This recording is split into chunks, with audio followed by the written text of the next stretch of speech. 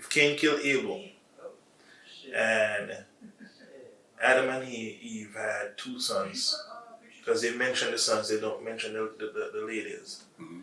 Then those two sons would be the only two men on earth. So, and in addition to Adam. Yes. So where would other people be? And if other people exist that were not a part of eating the fruit, then they would not have the original sin. And the whole mythology would fall apart based off that. Well, the thing is, the story never mentions the other people. They just appear. It talks about Adam and Eve, Cain and Abel, and then mysteriously we talk about people in this land of Nod, but it never tells you. No, but God confirmed that those people exist. So if you confirm that those people exist and they did not eat of the fruit of that tree, then at that point, those people would not have the sin. They would have not sinned. Right. And if they exist and they reproduce, that would mean there would be a lot of people on the planet that did not sin. It means there were other people on the planet that predate Adam and Eve. Yeah. So Adam cannot be said to be the first male, and Eve cannot be said to be the first female.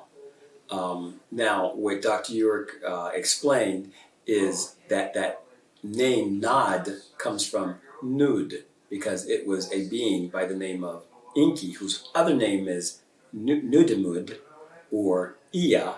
He is one of the Anunnaki, and it was he who set up that city named it after himself, the city of Nod.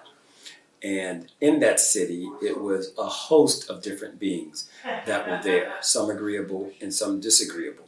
As Panavabianun explained, it was like today's Las Vegas, a city of fun and frivolity set up under Enki or Nudimud. And the garden was an experiment. And so in this experiment, they wanted to try to breed a certain type of human being and have only an agreeable trait. But that experiment failed because one of the inputs to the experiment, Abel, was killed. And so it ruined the experiment. Who set up that experiment? It was a group of Anunnaki. It wasn't just one person. I have to go back. All right, so when the Anunnaki came here from their home world, they came down from Nibiru and they were in search of gold. They needed gold to take back to their planet to repair its ozone layer.